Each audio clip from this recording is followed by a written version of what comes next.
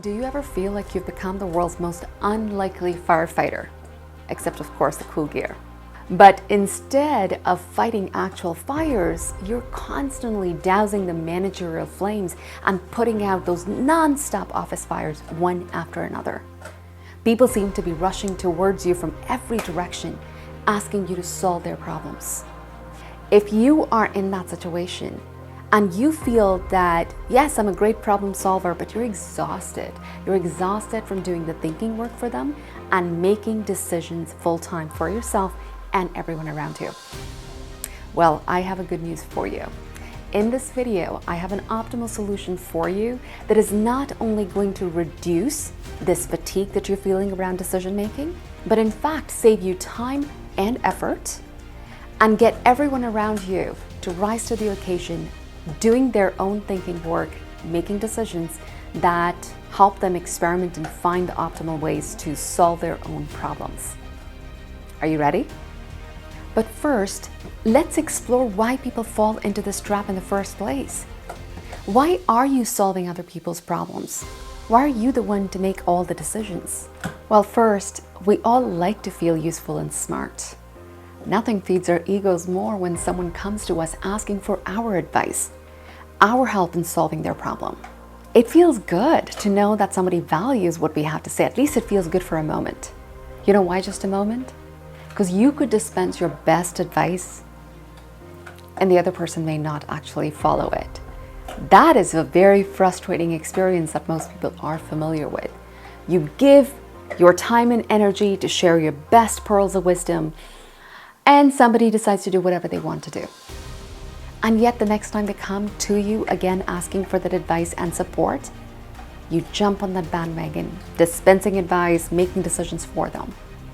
So it may feel good for the short term, and that is why, as Michael Bungay Stenier would say, we keep falling back into this advice trap.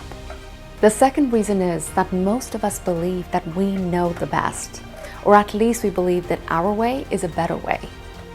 It's a typical human overconfidence in thinking that our ideas, our experiences, knowledge, and skills are far more superior or more accurate than other people's. As such, we usually feel that our way or our recommendations are the highway to success. And the last reason is because it's actually easier to make the decision for other people. Almost all of us are crunched for time. And it can feel like a huge investment to spend time experimenting and exploring options with the person coming to you, or mentoring them, or overseeing, or taking the risk of how the project will go if they make their own decisions. It actually usually is seen as an easier option to make the decision for other people. And hence, we fall into this trap of doing the thinking work for them. The result? You end up making all the decisions, doing all the thinking work for everyone else on the team. My question to you is, how is that serving you? And I would bet you are both tired and frustrated. But an equally important question is, how is that serving your team? And I would bet there are one of two possibilities that is happening. One, your team has learned that they should just come to you every time there is a problem. They rely on you, and almost becoming apathetic to taking charge or accountability for their own thinking work. And what happens as a result? They become disengaged and often just languish on the job. Alternatively, they can feel so frustrated because they assume that you want everyone to come to them to solve their problems. They assume that may be your way of asserting control and authority. That makes people feel unvalued, as if they have no opportunity to be creative and grow in their jobs. So really, no one wins. You are frustrated and exhausted from making all the decisions, thinking you're doing the favor to your team or lifting the team up. And the teams feel also frustrated. What's a better approach, you ask? The coach approach. The simplest explanation for a coach approach is using the power of questions to help people break through the brain fog. There are several tools in a coach's toolkit, but all of them get deployed using questions, powerful questions. And now, I'm not asking you to feel the pressure of generating powerful questions, but could you just reframe your statements as questions? I'm inviting you to disrupt your default response, which is often to give advice. Make the decision for other people. Asking a question makes other people think. It activates different parts of the brain, and I'll be doing a separate video about the power of questions. But for now, I think it is important that as long as you understand that when you choose not to be directive and tell, and you choose not to make a decision for others, by asking a question, you are helping them think deeply, make connections that they may not have made in the past, come up with their own insights. And what is a result of that process? There is greater ownership of those insights. There's a greater desire to experiment with the idea that they came up with.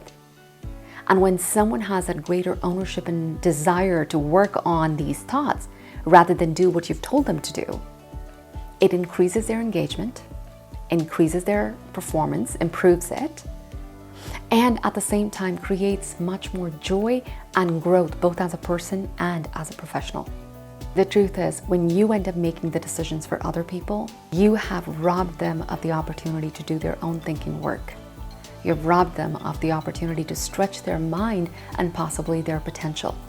So the next time somebody is rushing towards you and asking for you to solve their problem or make a decision, you can choose the path of not being directive, but inviting them, helping them generate their own insights through the power of questions.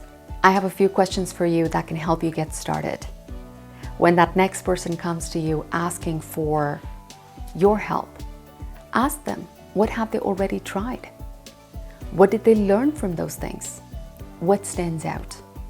And if they say, well, I haven't tried anything, I thought I'll check with you first. You ask the question about, so what are some of your ideas about where do you think is a good place to start? What are some of the considerations you would make? When you start asking questions, it is a new process. Sometimes it can frustrate people because they may be very used to you making the decisions and they go and implement it. So there's a little bit of surprise, and you can soften the blow by saying, I believe you have the capability to come up with the solutions. I want to be here to support you with that. If they're still not ready and they feel, oh my God, I am in a crunch, I really need your help, could you just tell me what to do? If that is the case, absolutely be compassionate. This may be a huge shift for them to go from getting their problems solved by you making all the decisions, to now them having to do the thinking work. Of course, you have the discretion and wisdom within you to know which project and person may need more hand-holding, but for others, you could liberate them with a few more questions, even if they've never dealt with a current problem before. Ask them to think about other problems or projects that they may have solved in the past that are not identical, but there are some similarities. What did you learn from that project that could be applied to the current situation? What small step or insight from that experience could you use to experiment with a current project until you land with the most optimal solution? How can you borrow the wisdom from the past? And what is the smallest, simplest step that you can take in the next 5 days that will get you a small win to get the momentum going? These are powerful questions that can help your team get unstuck, start thinking for themselves. By disrupting your default of being directed and solving the problems for them, you will be setting them up for success in doing the thinking work for themselves, which not only liberates your time and energy, reduces your decision fatigue, it also liberates their potential. It also liberates their opportunity to experience joy and progress on this job and expand the potential for their future opportunities. I would love to hear about your experiences of disrupting this default of from directive to asking questions. Please share those insights in the comments below. If this was useful, please like this video, and if you haven't yet subscribed to my channel, please do so. I look forward to continuing to share more nuggets that will help you create an enriched leadership experience. See you next time.